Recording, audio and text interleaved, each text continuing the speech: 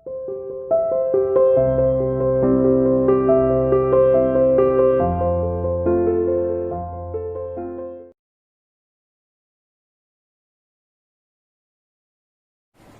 dear student, welcome to CA International School online classes. Dear plus 2 commerce class unit 10 10.2 stock exchange हमने शुरू किया था। आज हम इसका टॉपिक डिस्कस करेंगे फंक्शन ऑफ स्टॉक एक्सचेंज क्या है, स्टॉक एक्सचेंज के फंक्शंस क्या है। क्योंकि हमने स्टॉक एक्सचेंज पढ़ लिया है, इसके फीचर पढ़ लिए हैं, अब कार्य क्या करता है हम इसके बारे में आज डिस्कस करेंगे। चलिए देखिए क्या कार्य करता है stock exchange. Providing liquidity and marketability to existing security. Stock exchange क्या करता है, प्रोवाइड करता है, क्या प्रोवाइड करता है, लिक्विडिटी। लिक्विडिटी मीन्स जो सिक्योरिटी है ये ऐसा मार्केट प्रोवाइड कर देता है जहां पर सिक्योरिटी आप इजिली बाय कर सकते हैं और सेल कर सकते हैं। बायर भी है और सेलर भी है, इजिली बाइंग और सेलिंग हो जाती है, बहुत ही आप कंफर्टेबल आप फील करते हैं यहाँ पर। तो इससे काफी लिक्विडिटी बनी रहती है, सिक्योरिटी जल्दी ही कैश में क्या हो जाती है, कन्वर्ट हो जाती है। मार्केटेबिलिटी यानी उसको एक मार्केट मिल जाता है जहां पर उसकी क्या हो रही है, परचेजिंग हो रही है, सेलिंग हो रही है। ठीक है, अगर आपने परचेज भी किया है सिक्योरिटी को तो आप क्या कर सकते हैं, दोबारा सेल भी कर सकते हैं। ठीक है, तो एक मार्केट प्रदान करता है एग्जिस्टिंग सिक्योरिटी को, क्योंकि सेकेंडरी मार्केट से रिलेटेड है। एग्जिस्टिंग सिक्योरिटी को क्या करता है, प्रोवाइड करता है, उसकी में लिक्विडिटी की कैश में कन्वर्ट हो जाती है सिक्योरिटी। ठीक है, और वो मार्केटेबिलिटी उसका मार्केट है जहां बाइंग और क्या हो रही है, सेलिंग हो रही है।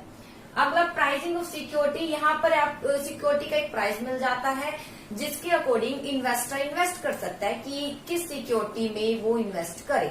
उसके लिए कौन सा बेटर होगा ऑप्शन, ये वो यहाँ पर चूज कर सकता है अकॉर्डिंग टू प्राइस। पता चल जाता है उसको स्टॉक एक्सचेंज में, जब वो लिस्टेड हो जाता है तो वहां पर वो देख सकता है सिक्योरिटी के प्राइस क्या चल रहे हैं, उसे अपनी मनी कहाँ इन्वेस्ट करनी चाहिए, किस कंपनी के शेयर्स में करनी चाहिए, क्या शेयर्स के भाव चल रहे हैं, शेयर खरीदे या डिबेंचर खरीदे, वो उसके ऊपर डिपेंड करता है। यहाँ उसको इसका पता चल जाता है प्राइस का। अगला सेफ्टी ऑफ ट्रांजेक्शन, काफी सेफ्टी होती है। सेफ्टी ये होती है कि जो ब्रोकर होते हैं इंटरमीडिएट, जिसके आप डायरेक्टली वहां पर ज्वाइन नहीं हो सकते स्टॉक एक्सचेंज पर, आपको कौन डीलिंग कराता है, इंटरमीडिएट यानी ब्रोकर वहां पर होते हैं, उनके थ्रू ही आप इनमें डीलिंग कर सकते हैं। वही डीलिंग कराते हैं जो कि ब्रोकर होते हैं, ब्रोकर रजिस्टर्ड ब्रोकर होते हैं। ठीक है, उनके पास पूरी अथॉरिटी होती है, इसलिए सेफ्टी रहती है ट्रांजैक्शन। कोई भी ब्रोकर इलीगल रूप से आपसे एक्स्ट्रा कमीशन भी नहीं लेता है, अगर लेता है तो उसके ऊपर क्या किया जा सकता है, पेनल्टी की जा सकती है, या हो सकता है उसकी मेंबरशिप भी कैंसिल की जा सके। Contribution to economic growth, economic growth में कंट्रीब्यूशन तो करता है, इकोनॉमिक ग्रोथ होता है इससे, क्योंकि ऐसे एरिया पर जहां पर मनी है वो उस एरिया में चली जाती है जहां पर मनी की आवश्यकता है, इंडस्ट्रियल एरिया को चली जाती है। किसी भी इकोनॉमिक का ग्रोथ या आप कह सकते हैं जो इकोनॉमिक डेवलपमेंट है वो किससे आप मेजर कर सकते हैं, उसके इंडस्ट्रियल ग्रोथ से, इंडस्ट्री का कितना ग्रोथ हो रहा है, तो इससे इकोनॉमिक ग्रोथ के कंट्रीब्यूशन में हेल्प करता है। स्प्रेडिंग इक्वलिटी कर्व, यानी हर प्रकार की इंफॉर्मेशन आपको यहाँ मिल जाती है, किसी प्रकार की आप इंफॉर्मेशन ले सकते हैं, फ्री ऑफ कॉस्ट आपको मिल जाती है। ठीक है, सिक्योरिटी के क्या प्राइस बढ़ रहे हैं, क्या घट रहे हैं, सब कुछ इंफॉर्मेशन आपको मिल जाती है, इसलिए एक समानता बनी रहती है। प्रोवाइडिंग स्कोप फॉर स्पेकुलेशन, यहाँ यही एक बाजार है, वैसे सट्टेबाजी इलीगल मानी जाती है, लेकिन ये एक स्पेकुलेशन ऐसा है जहां पर ये लीगली रूप से क्या मानी जाती है, सट्टेबाजी की जाती है। शेयर के प्राइस बढ़ गए हैं, घट गए हैं, तो आप इसका क्या उठा सकते हैं, लाभ उठा सकते हैं सिक्योरिटी को बेचकर या खरीद कर, तो वो होती है सट्टेबाजी। जैसे 100 रुपए के शेयर खरीदे हैं, अब उसके प्राइस बढ़ गए हैं तो आप उसको बेच सकते हैं, तो आपको किसका लाभ मिलेगा, जैसे 100 के थे, अब 120 का प्राइस हो गया तो 20 रुपीज का आपको लाभ मिलेगा, वो और कुछ नहीं, वो एक सट्टेबाजी है। तो ये सट्टेबाजी का क्या मिलता है, लाभ। अगर आपने शेयर खरीदे तो आप क्या कर सकते हो, उसको बेच सकते हैं अकॉर्डिंग टू मार्केट का ट्रेंड देखकर कि वहां तेजी काल है या मंदी काल। ठीक है, तो इसमें स्पेकुलेशन में दो प्रकार के जो स्पेकुलेटर आते हैं वो हम आगे डिस्कस करेंगे जैसे जैसे टॉपिक आगे जाएगा। ठीक है, जो एक तेजी काल का इंतजार करता है, तो एक मंदी काल का इंतजार करता है। ठीक है, वो स्पेकुलेटर होते हैं।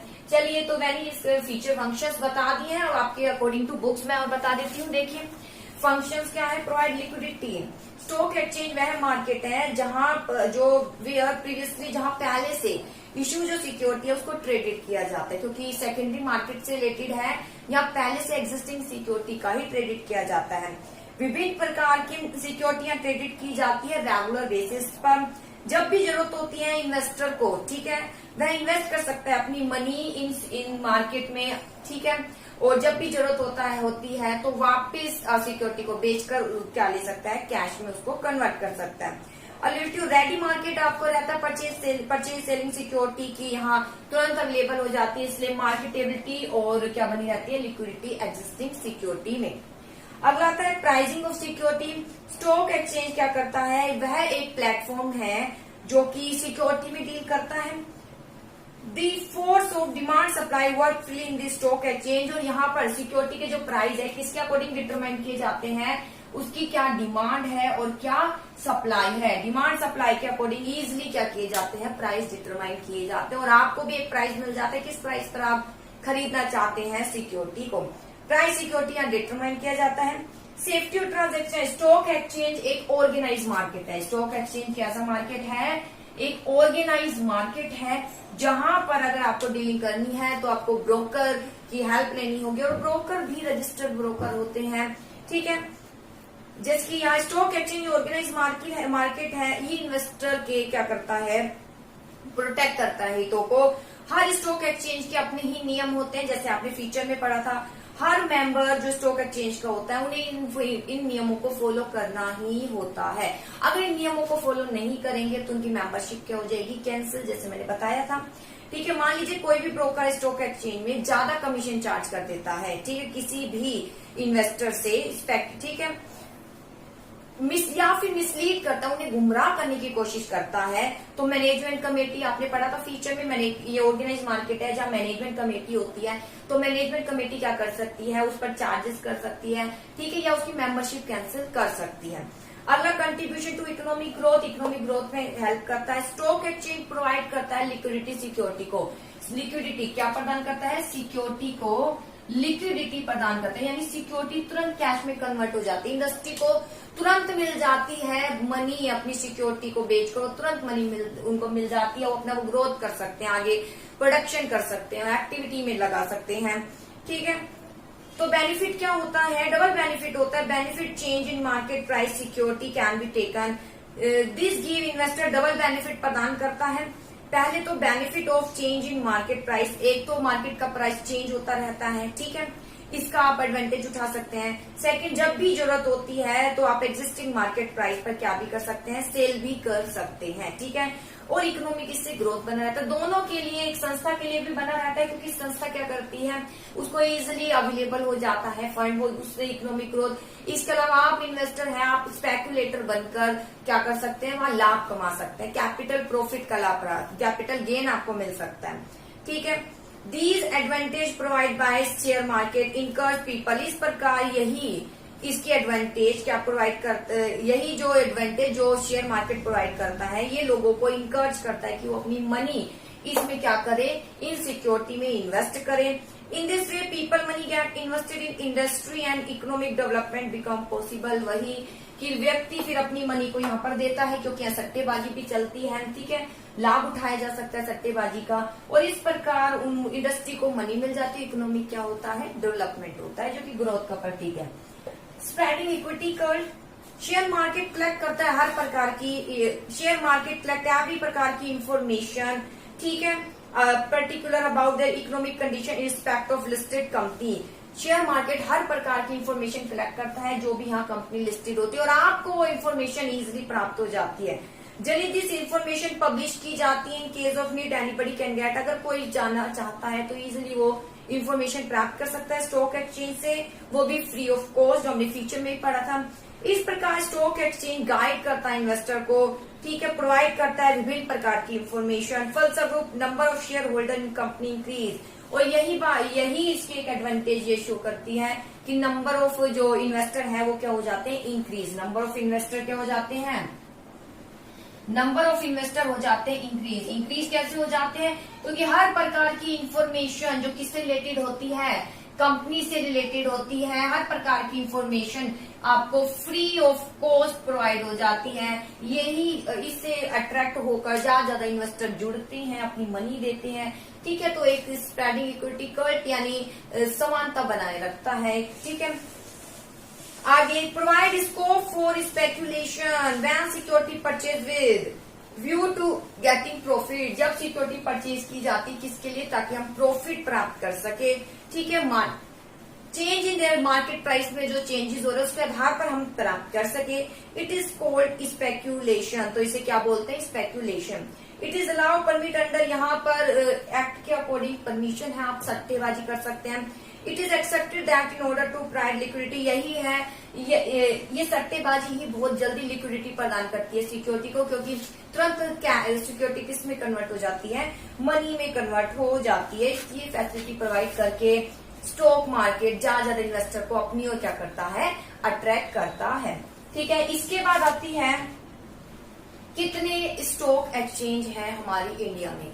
तो हमारी इंडिया में प्रेजेंटली जो है 7 स्टॉक एक्सचेंज है। देखिए इसका discussion.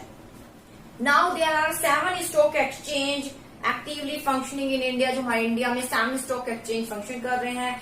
There name are given as follow, इनके नेम है आप देख सकते हैं। ठीक है, बॉम्बे स्टॉक एक्सचेंज है, ठीक है, जो सबसे पुराना स्टॉक एक्सचेंज माना जाता है और जो बहुत पॉपुलर भी है। ठीक है, कैलकाटा स्टॉक एक्सचेंज है, इंडियन इंटरनेशनल है। ठीक है, इसी तरीके से और भी स्टॉक एक्सचेंज यहाँ दिए हुए हैं। ये 7 स्टॉक एक्सचेंज, इन सभी का आप नेम जो है एक बार याद कर लीजिएगा।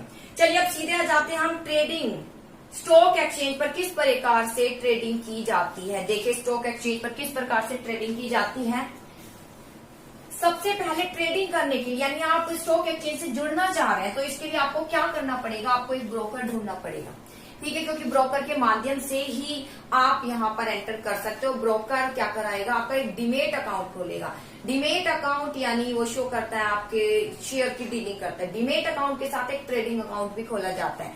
डीमेट अकाउंट में शेयर की डीलिंग होती है, जैसे शेयर आ रहे हैं जा रहे हैं उसकी ट्रांजेक्शन होती है। ट्रेडिंग अकाउंट में मनी की ट्रांजेक्शन होती है कि मनी आ रही है जा रही है शेयर के अकॉर्डिंग। ट्रेडिंग अकाउंट खोला जाता है और एक डीमेट शेयर से रिलेटेड है, उसमें मनी से रिलेटेड नहीं है, ट्रेडिंग मनी से रिलेटेड है। जैसे देखिए सिलेक्शन ऑफ अ ब्रोकर, सबसे पहले ट्रेडिंग प्रोसेस है सिलेक्शन ऑफ अ ब्रोकर। देखिए selection of a broker for trading of security, trading करने के लिए on stock exchange first of all the selection of broker registered with SEBI is done. सबसे पहले जो security exchange board of India, ठीक है, जो इस पर कंट्रोल करती है, वो क्या करती है, फर्स्ट अगर ट्रेडिंग करना चाहते हैं आप स्टॉक एक्सचेंज पर, सबसे पहले जो सेबी द्वारा रजिस्टर्ड ब्रोकर है आपको उसे चूज करना होगा। ठीक है, this is necessary because dealing on stock exchange can be done only through a broker. ये जरूरी है क्योंकि डीलिंग यहाँ केवल किसके थ्रू की जा सकती है, ब्रोकर के थ्रू। किसके थ्रू की जा सकती है, ब्रोकर के थ्रू ही डीलिंग की जा सकती है। अभी ब्रोकर कौन कौन होते हैं बेटा, ब्रोकर ये हर जैसे बैंक है, ये बैंक ब्रोकर है, SBI बैंक है, HDFC, ICICI, axis bank, Mahindra, ठीक है, कोटक महिंद्रा बैंक, ये सब ठीक है, ये इसके क्या बने हुए हैं, ब्रोकर बने हुए हैं, इनके थ्रू ही आप डीलिंग कर सकते हैं। ठीक है, ये ब्रोकर बने होते हैं।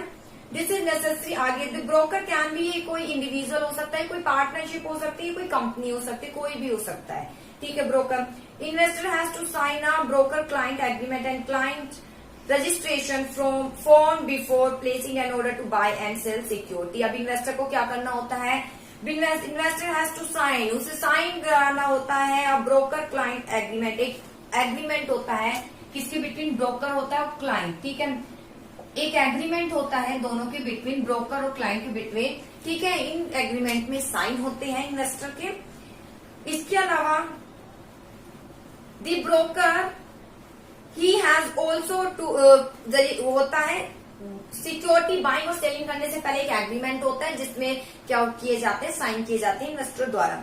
ही has also to provide some other detail, इसके अलावा और भी डिटेल जो है प्रोवाइड करनी होती है। कौन कौन सी, आप जब ब्रोकर से आप इंट्रैक्शन करेंगे, ब्रोकर के थ्रू आप स्टॉक एक्सचेंज में एंटर करेंगे, तो सबसे पहले आप ब्रोकर को चूज करेंगे, तो ब्रोकर विभिन्न प्रकार की आपकी इन्फॉर्मेशन मांगेगा, आपको वो देनी पड़ेगी। कौन कौन सी है, सबसे पहले पैन कार्ड है, ठीक है, डेट ऑफ बर्थ, एड्रेस है, एजुकेशन क्वालिफिकेशन है, रेजिडेंशियल स्टेटस है, बैंक अकाउंट डिटेल तो चाहिए क्योंकि अकाउंट तो खुलेगा उसके थ्रू ही होगा सब कुछ। ठीक है, डिपॉजिटरी अकाउंट डिटेल चाहिएगी, यानी आप कितनी आपने डिपॉजिट कराई है। एक डीमेट अकाउंट आपका खुलेगा, ठीक है, वो डिपॉजिटरी कहलाया जाएगा, depository account detail. Name of any other, यानी जिसमें आपकी डिपॉजिट की जाएगी। Name of any other broker with home register, या कोई और अदर ब्रोकर जिससे भाई आपने पहले से अगर कोई रजिस्ट्रेशन आपने कराया है तो वो भी आपको बताना पड़ेगा। ठीक है, अगर पहले से भी आप जुड़े हुए हैं तो आप किसी और नए ब्रोकर से, आप जैसे पहले कोई नए ब्रोकर को आपने एक्सेप्ट किया होता उसके थ्रू डीलिंग कर रहे थे, अब आप उसको नहीं किसी और ब्रोकर को चूज करना चाह रहे हैं, तो पहले से तो आपने एक ब्रोकर को चूज किया था, आपका एक डीमेट अकाउंट खुला होता तो वो भी डिटेल आपको देनी पड़ेगी। Client code number, client registration form, ये सब कुछ इसमें गिवन होगी। ब्रोकर देन ओपन, फिर ब्रोकर क्या है ट्रेडिंग अकाउंट भी खोलेगा in the name of investor, investor के नेम से। इसके बाद आता है the opening of demat account with the depository. अब आपको क्या करना पड़ेगा, ओपन हो करना, अब जो है ओपनिंग होगी डीमेट अकाउंट की। ठीक है, डीमेट अकाउंट विद डिपोजिटरी। देखिए डिपोजिटरी के पास क्या खुलेगा, एक डीमेट अकाउंट। ठीक है, देखिए डिपोजिटरी क्या है, these day all dealing in security are, आज जो है सारी डीलिंग किसके थ्रू होती है, ऑनलाइन, कोई पेपर फॉर्मेलिटी नहीं, सब ऑनलाइन ही होता है, पेपरलेस है। To make such a thing possible it is, अब जरूरी हो जाता है अब इसको पॉसिबल बनाने के लिए कि ओपन किया जाए एक demat account. Demat account open through one of party of depository service or depository participant. Demat account किसके थ्रू खोला जाता है, डिपोजिटरी जो सर्विस, जो एक पार्टी होती है डिपोजिटरी, ठीक है, डिपोजिटरी पार्टिसिपेंट, डिपोजिटरी पार्टिसिपेंट यानी ब्रोकर होते हैं। ठीक है, और ये डिपोजिटरी, जहां पर ये डिपोजिटरी पार्टिसिपेंट यानी ब्रोकर आपके डीमेट अकाउंट पर रजिस्टर करेंगे, यानी ब्रोकर यहां पर रजिस्टर होते हैं एनएसडीएल में एंड सीडीएसएल में। ठीक है, देखिए क्या है ये, डीमेट अकाउंट ओपन किया जाता है, ठीक है, डिपोजिटरी पार्टिसिपेंट यानी ब्रोकर्स द्वारा। This security are kept by depository in the electronic form. Security जो है किसके पास रखी जाती है, डिपोजिटरी के पास रहती है इलेक्ट्रॉनिक फॉर्म में। ये ब्रोकर है और आप इन्वेस्टर हैं, इन्वेस्टर इस ब्रोकर के थ्रू, इन्वेस्टर आप हैं, ठीक है, आप इन्वेस्टर ब्रोकर के कांटेक्ट में आएंगे, ये ब्रोकर किसके पास आएगा, ये जो डिपोजिटरी सर्विस प्रदान करते हैं यानी एनएसडीएल और सीडीएसएल। देखिए ये क्या है, at present there are depository institution, जो दो इंस्टीट्यूशन ही है इंडिया में डिपोजिटरी, सबसे पहले एनएसडीएल है और सेकंड है सीडीएसएल, यानी NSDL national security depository limited और CDSL central depository service limited. NSDL ये किसके लिए काम करता है, ये काम करता है नेशनल स्टॉक एक्सचेंज, ठीक है, और ये किसके लिए, बॉम्बे स्टॉक एक्सचेंज, ठीक है, यानी निफ्टी और सेंसेक्स। ठीक है, ये दो डिपोजिटरी हैं जो जो कौन से मार्केट के लिए कार्य करती है, ये नेशनल स्टॉक एक्सचेंज के लिए और ये किसके लिए है, सीडीएसएल बॉम्बे स्टॉक एक्सचेंज के लिए। ठीक है, यहाँ पर बहुत ज्यादा एनएसडीएल ज्यादा पॉपुलर है। ठीक है, एनएसडीएल में बहुत ज्यादा इन्वेस्टर क्या होते हैं, लिस्टेड है, बहुत ज्यादा इन्वेस्टर लिस्टेड है प्रेजेंट में, अगर हम कंपेयर करें सीडीएसएल से। ठीक है, इसके बाद the depository come into contact with the investor through the depository participant. फिर डिपोजिटरी, जो ये डिपोजिटरी है, ये come into contract with the investor through the depository participant. अब ये इन्वेस्टर है और ये डिपोजिटरी है, ठीक है, जो सर्विस प्रदान कर रहे हैं डिपोजिटरी, ये डिपोजिटरी, ठीक है, इन्वेस्टर के कॉन्टेक्ट में किसके थ्रू आती है, इस ब्रोकर के थ्रू, यानी डिपोजिटरी पार्टिसिपेंट के थ्रू। ठीक है, ये डिपोजिटरी जो है इंस्टीट्यूशन हमारे कॉन्टेक्ट में किसके थ्रू आती है, ब्रोकर के थ्रू आती है। आगे देखिए, थोड़ा ध्यान से देखिएगा बेटा, the depository participant it is the agent of depository. ये जो डिपोजिटरी पार्टिसिपेंट है ये एजेंट होता है। ये क्या होता है, एजेंट यानी आप कह सकते हैं ब्रोकर होता है, यानी इंटरमीडिएट भी कह सकते हैं, इंटरमीडिएट्स भी होता है किसका, ये इंटरमीडिएट होता है, यानी हमारा लिंक कराता है इस इंस्टीट्यूशन से, यहीं पर हमारे डीमेट अकाउंट्स बनता है, यहीं से सिक्योरिटी की क्या होती है डीलिंग, और ये इंटरमीडिएट है जो इनके बिटवीन क्या करता है, गैप को दूर करता है। आगे, in accordance with the direction and guidance of SEBI any bank stock broker can be depository participant. SEBI के गाइडेंस के अकॉर्डिंग कोई भी बैंक, ठीक है, कोई भी बैंक है या कोई स्टॉक ब्रोकर यानी यही ब्रोकर होते हैं, जैसे स्टॉक ब्रोकर आप कह सकते हैं आईसीआईसी बैंक है, एक्सिस बैंक है, कोटक महिंद्रा बैंक, ये सब स्टॉक ब्रोकर है। वही ब्रोकर जो कि स्टॉक यानी शेयर की क्या कराते हैं, डीलिंग कराते हैं, सेलिंग बाइंग एंड सेलिंग कराते हैं, ठीक है। कैन बी डिपॉजिटरी पार्टिसिपेंट हो सकते हैं। मेन एक्टिविटी डिपॉजिटरी पार्टिसिपेंट की क्या है, इसकी मेन एक्टिविटी क्या है, ठीक है। इन्वेस्टर इसके कॉन्टेक्ट में आता है, ये हमें इसके कॉन्टेक्ट में लेकर आते हैं, ठीक है। क्या इसका मेन कार्य है, opening of account of investor. इसका पहला कार्य ओपनिंग कराना है हमारा अकाउंट, कौन सा, डीमेट अकाउंट। इसके अलावा maintain balance of share account of investor, फिर मेंटेन करना है, पहला कार्य तो इसका क्या है, ओपनिंग कराना है डीमेट अकाउंट का। फिर मेंटेन करना है, क्या मेंटेन करना है, शेयर को, कि शेयर मेंटेन करना है, कितने हम परचेज कर रहे हैं, कितने सेल कर रहे हैं, ये सब मेंटेन करना है। Sending account state by investor from time to time, इसके अलावा सभी प्रकार की इंफॉर्मेशन अकाउंट से रिलेटेड टाइम टू टाइम क्या करना है, सेंड करना है, ठीक है। तो ये कार्य होता है डिपॉजिटरी पार्टिसिपेंट का। इस तरीके से खुलता है डीमेट अकाउंट, ठीक है। डीमेट अकाउंट खुलता है विद डिपॉजिटरी, ये रही डिपॉजिटरी, एनएसडीएल, सीडीएसएल। एनएसडीएल ज्यादा पॉपुलर है, यहाँ पर बहुत ज्यादा इन्वेस्टर क्या है, लिस्टेड है, ठीक है, बहुत ज्यादा पॉपुलर है और इससे पुरानी है।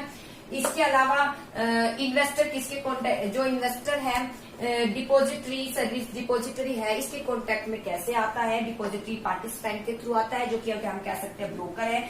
इसका कार्य क्या होता है, ओपनिंग करना होता है डीमेट अकाउंट, ठीक है, शेयर मेंटेन करने होते हैं, इसके अलावा हर प्रकार की इंफॉर्मेशन देनी होती है, ठीक है। जो भी इन्वेस्टर उसको टाइम टू टाइम क्या देनी होती है, इंफॉर्मेशन देनी होती है, ठीक है बेटा। दो याद रख लेना, ये दो डिपॉजिटरी, एनएसडीएल और सीडीएसएल। एनएसडीएल ज्यादा पुरानी है देन सीडीएसएल से, और एनएसडीएल ज्यादा पॉपुलर है than CDSL. NSDL national stock exchange का मार्केट का कार्य, नेशनल स्टॉक एक्सचेंज के लिए करती है कार्य, और सीडीएसएल ये बॉम्बे स्टॉक एक्सचेंज के लिए, ठीक है, ये उसके मार्केट को ऑपरेट करती है। अब आता है placing and order, order place करना as soon as demat account. इसके बाद आता है थर्ड ओपनिंग एंड इन्वेस्टर। देखिए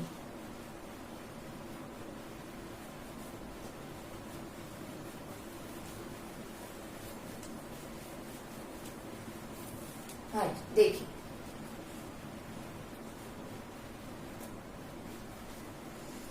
इसके बाद आता है प्लेसिंग एंड ऑर्डर, ठीक है। ऑर्डर प्लेस करना, ऑर्डर प्लेस किया जाता है इसके अंतर्गत। अब आपका डीमेट अकाउंट खुल गया है, ठीक है, आप डिपॉजिटरी के कॉन्टेक्ट में भी आ गए हैं, ब्रोकर से ऐड हो चुके हैं, अब आप प्लेस करेंगे ऑर्डर। देखिए एज सुन एज जैसे ही डीमेट अकाउंट इन्वेस्टर का ओपन हो जाता है, he can order the broker to buy security. तो आप क्या कर सकते हैं, ब्रोकर को कह सकते हैं कि अब हम बाय करना चाहते हैं सिक्योरिटी, ठीक है।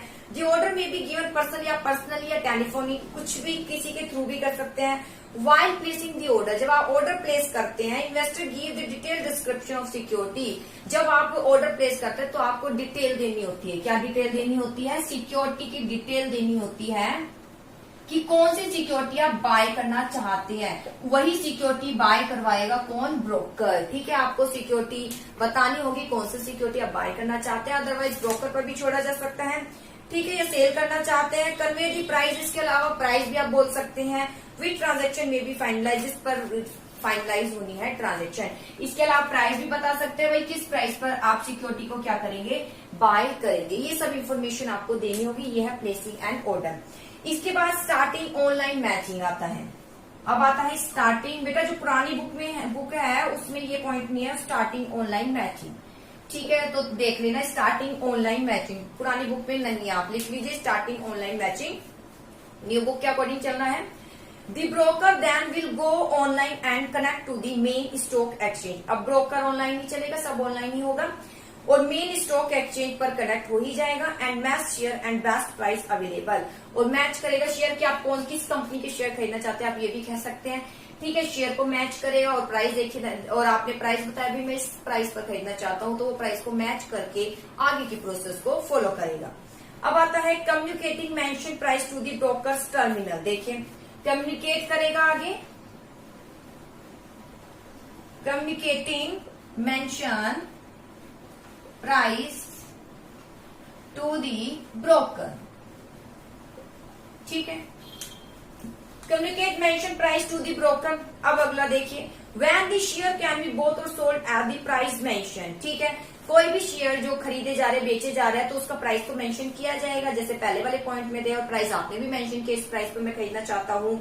It will be communicated to the brokers terminal, the order will be executed electronically.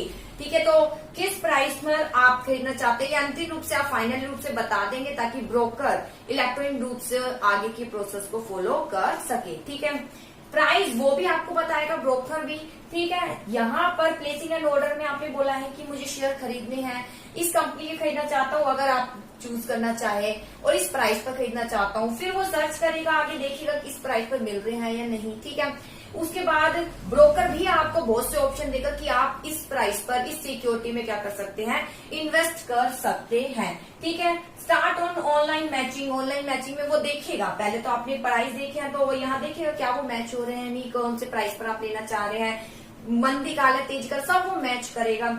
इसके बाद अंतिम रूप से जो है आपको बता भी देगा कि आप इस कंपनी के खरीद सकते हैं शेयर, इसके शेयर्स काफी बेस्ट है, ये एडवाइस भी देगा। ये नहीं सारा काम आप करेंगे, ब्रोकर है तो वो आपको एडवाइस भी देगा, अगर आप लगता है इसे कि आपका डिसीजन सही नहीं है तो वो आपको एडवाइस भी देगा, बाकी जो आप कहेंगे वो यही करेगा। ठीक है, तो अंतिम रूप से फिर आपको सब कुछ डिटेल बता के आप फिर इसको बताएंगे कि क्या आपको किस प्राइस पर आप किस प्राइस पर खरीदना चाहते हैं शेयर। ठीक है, तो when share can B board sold at price mention. ठीक है, जो शेयर जिस पर खरीदना चाहते हैं बेचना चाहते हैं वो मेंशन हो ही जाएगा। ये आप ब्रोकर को जो है कम्युनिकेट करना पड़ेगा, एंड ऑर्डर विल फिर एग्जीक्यूट किया जाएगा electronically. Broker will issue a trade confirmation slip to the investor. फिर ये क्या करेगा, लाइन अंडरलाइन कर लीजिए। इसके बाद ब्रोकर इशू करेगा, क्या इशू करेगा, ट्रेड कंफर्मेशन स्लिप। इसके बाद जो है ब्रोकर क्या करेगा, इशू करेगा, ट्रेड कंफर्मेशन स्लिप को इशू करेगा। ठीक है, क्योंकि आपने कंफर्म कर लिया प्राइस, उसने आगे की अब डीलिंग शुरू करनी है। Issue contract note. अब दोनों में क्या हो चुका है, कॉन्ट्रैक्ट हो चुका है। अगला पॉइंट आएगा इशूइंग कॉन्ट्रैक्ट नोट। देखिए, after the transaction has been completed, जैसी ट्रांजेक्शन कंप्लीट हो जाती है within 24 hour broker issue a contract note. फिर ब्रोकर एक कॉन्ट्रैक्ट नोट इशू करेगा। Contract note contain, contract note में विभिन्न प्रकार की डिटेल गिवन होगी। क्या क्या डिटेल होगी, सबसे पहले नंबर ऑफ शेयर, कितने शेयर आप खरीदना और बेचना चाहते हैं, खरीद रहे हैं या बेच रहे हैं, ये डिटेल होगी। प्राइस किस पर, डेट और टाइमिंग भी गिवन होगी, और इसके अलावा उसका ब्रोकरेज चार्जेस तो होगा, फ्री में तो काम नहीं करेगा, ब्रोकरेज चार्जेस सब कुछ गिवन होगा। ठीक है, तो कॉन्ट्रैक्ट नोट एक इंपॉर्टेंट ही लीगल डॉक्यूमेंट है, अंडरलाइन कर लीजिए। कॉन्ट्रैक्ट नोट एक क्या है, लीगल डॉक्यूमेंट है। ठीक है, ये कॉन्ट्रैक्ट नोट एक लीगल डॉक्यूमेंट है। आगे, a unique order code number is assign to each transaction by the stock exchange. एक यूनिक ऑर्डर आपको कोड नंबर मिल जाएगा। ठीक है, और जिसके थ्रू आपको स्टॉक एक्सचेंज पर ट्रांजेक्शन करनी है। And is printed on contract note for future reference. और कॉन्ट्रैक्ट नोट पर जो है ये प्रिंट होगा ताकि भविष्य में काम आ सके। ठीक है, इसके बाद आएगा पे इन डे वर्किंग। अब ट्रांजेक्शन हो चुकी है, कॉन्ट्रैक्ट नोट बन चुका है, अब इसके बाद आता है पे इन डे वर्किंग। भाई किस दिन आप ट्रांजेक्शन करना चाहते हैं उससे रिलेटेड है ये। देखिए, now the investor has to deliver the share sold और pay cash for the share both. अब इन्वेस्टर को क्या करना होता है, has to deliver the share. ठीक है, अब शेयर डिलीवर करेगा, या तो सेल करेगा या परचेज करेगा, जो भी उसने डीलिंग करी है। ठीक है, डिलीवर द शेयर सोल्ड और pay cash for the share both. ठीक है, या तो वो इन्वेस्टर सिक्योरिटी को सेल करेगा, या फिर क्या करेगा, परचेज कर रहा है तो सीधी सी बात है वो क्या देगा, बदले में मनी देगा, और अगर सेल कर रहा है तो बदले में उसे मनी मिलेगी। This should be done immediately after receiving the contract note. तो ये तुरंत हो जाएगा जैसे ही कॉन्ट्रैक्ट नोट प्रिपेयर हो जाता है, और before the day when broker shall make payment और deliver of share to the stock exchange. फिर देखिए, this should be done immediately after, ये तुरंत हो जाता है कार्य। अगर आप सेल कर रहे हैं तो शेयर सेल हो जाएंगे, बदले में आपको मनी मिल जाएगी। अगर आप परचेज कर रहे हैं तो बदले में आपको मनी देनी होगी। ठीक है, ये तुरंत ही हो जाएगा जैसे ही आपका कॉन्ट्रैक्ट नोट तैयार हो जाता है। और before the day when the broker shall make payment और deliver of share to the stock exchange. ठीक है, जब ब्रोकर जो है, इसके अलावा ब्रोकर पेमेंट करेगा आपकी, और आपको क्या करेगा, ये ठीक है, आपकी पेमेंट करेगा। आगे आपने अगर परचेज किए शेयर तो आप पेमेंट करेगा, या आपको डिलीवर करेगा शेयर। जब आपने रुपीज दे दे तो आपको क्या करेगा, डिलीवर करेगा, ठीक है, स्टॉक एक्सचेंज के माध्यम से। दिस इज कॉल्ड दी पे इन डे, इसे बोलते हैं पे इन डे, ठीक है, पे इन डे। फिर देखिए अब इन्वेस्टर क्या करेगा, has to deliver the share, उसको इन्वेस्टर को डिलीवर करना पड़ेगा शेयर, और क्या डिलीवर करने पड़ेंगे शेयर, ठीक है, या फिर आप कह सकते हैं पे करना पड़ेगा कैश फॉर शेयर बोथ, या परचेज करने के लिए पे करना पड़ेगा कैश, ठीक है, ये तुरंत ही हो जाएगा, ठीक है। ये कार्य करेगा ब्रोकर। कौन करेगा, ब्रोकर पेमेंट करेगा, ठीक है, और बदले आगे पेमेंट करके बदले में आगे से शेयर लेकर आपको डिलीवर करेगा, इसे बोलेंगे पे in day. Settlement in progress, अब आता है settlement in progress.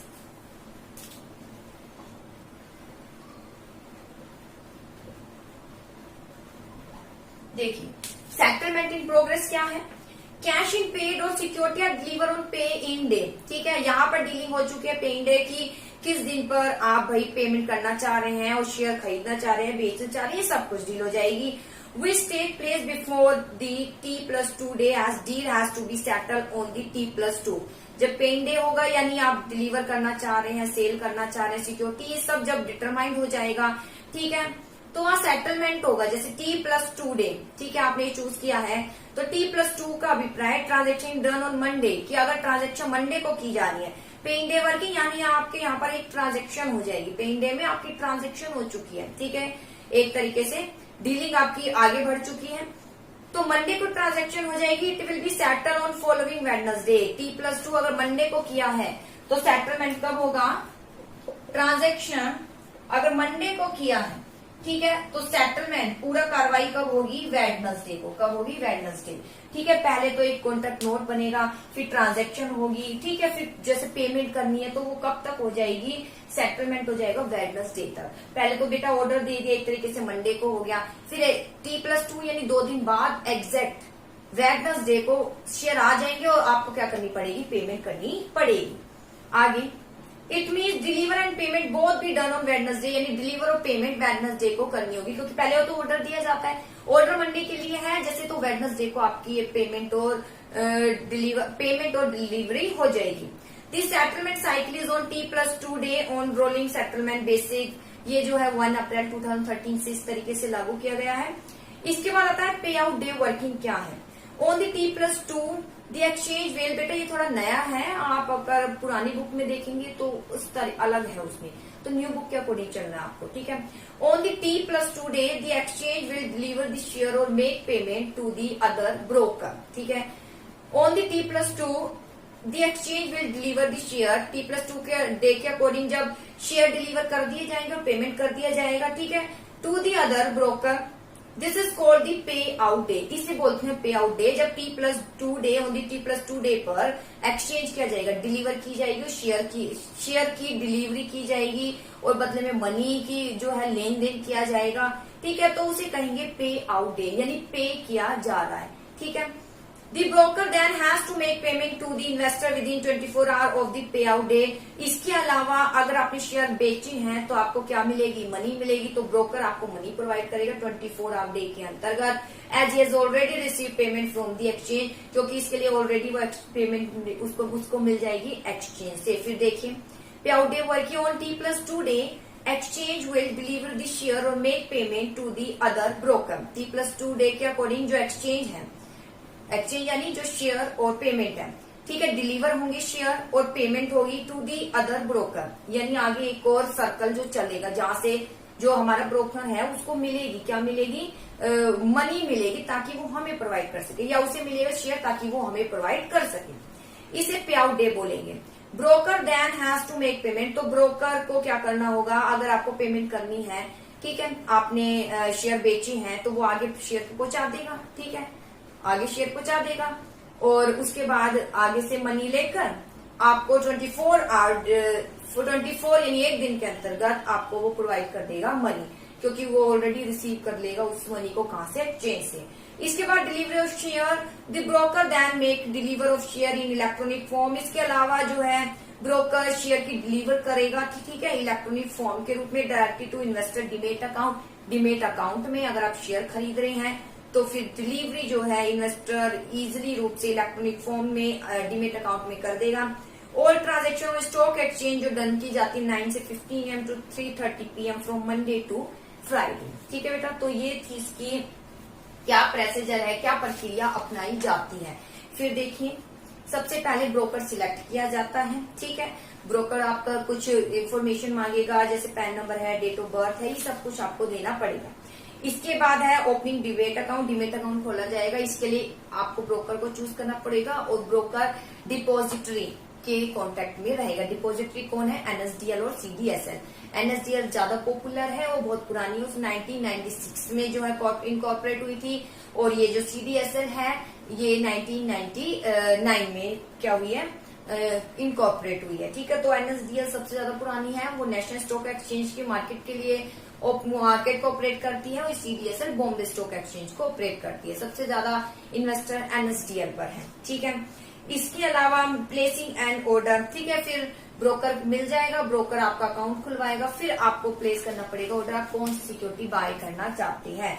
Settlement online matching, फिर आप प्राइस भी बताएंगे, सिक्योरिटी बताएंगे, ब्रोकर उसको मैच करेगा, फिर आपको कम्युनिकेट करेगा। ठीक है, कि ये प्राइस है और ये सिक्योरिटी मिल रही है, आप इसको परचेज कर सकते हैं। फाइनल रूप से आपसे पूछेगा, फाइनल रूप से उसको बता देंगे, फिर वो आगे के ट्रांजेक्शन करेगा, कॉन्टेक्ट नोट बताएगा जिस पर आपके साइन भी होंगे। ठीक है, स्लिप भी जारी की जाएगी। पे इन डे वर्किंग, इसके बाद जो है सेल और परचेजिंग का कार्य किया जाएगा, किस डे पर करना है। ठीक है, वो हो जाएगा पे इन डे, यानी ट्रांजेक्शन होगी किस ट्रांजेक्शन। आज मंडे को ट्रांजेक्शन हो रही है तो सेटलमेंट इन प्रोग्रेस, तो यानी वेडनेसडे को क्या हो जाएगा, सेटलमेंट पेमेंट भी हो जाएगी, और क्या हो जाएगी, डिलीवर हो जाएगा शेयर। पे आउट डे वर्किंग, यानी पे आउट डे वर्किंग आप कह सकते हैं कि अगर आपने शेयर बेचे हैं तो आपको मनी मिल जाएगी विद इन 1 डे के अंतर्गत। ब्रोकर जो है ऑलरेडी स्टॉक एक्सचेंज से लेकर आपको प्रोवाइड कर देगा। डिलीवरी ऑफ शेयर, इसके बाद अगर आपने मनी दी है तो आपको शेयर मिल जाएगा। ठीक है, तो शेयर जो है इलेक्ट्रॉनिक फॉर्म में ही आपको मिलेगा, आपके डीमेट अकाउंट में जाएगा, और जो मनी है, अगर आपको मनी मिली है तो वो ट्रेडिंग अकाउंट में जाएगी। ठीक है बेटा, तो ये थी इसकी प्रोसीजर। आई होप समझ आई होगी। इसको थोड़ा ध्यान से पढ़ने की कोशिश करना। जिसके पास पुरानी बुक है उसमें प्रोसेस थोड़ा से अलग पॉइंट है, जो ये है, ये वाले पॉइंट भी है, उसमें अलग तरीके से है। न्यू बुक के अकॉर्डिंग चलना, वो आप कैसे लोगे उस टॉपिक को, वो आप देख लीजिएगा। ठीक है, व्हाट्सएप के थ्रू भी आप एक दूसरे से एक्सचेंज कर सकते हैं जिसके पास न्यू बुक हो। Okay, thank you.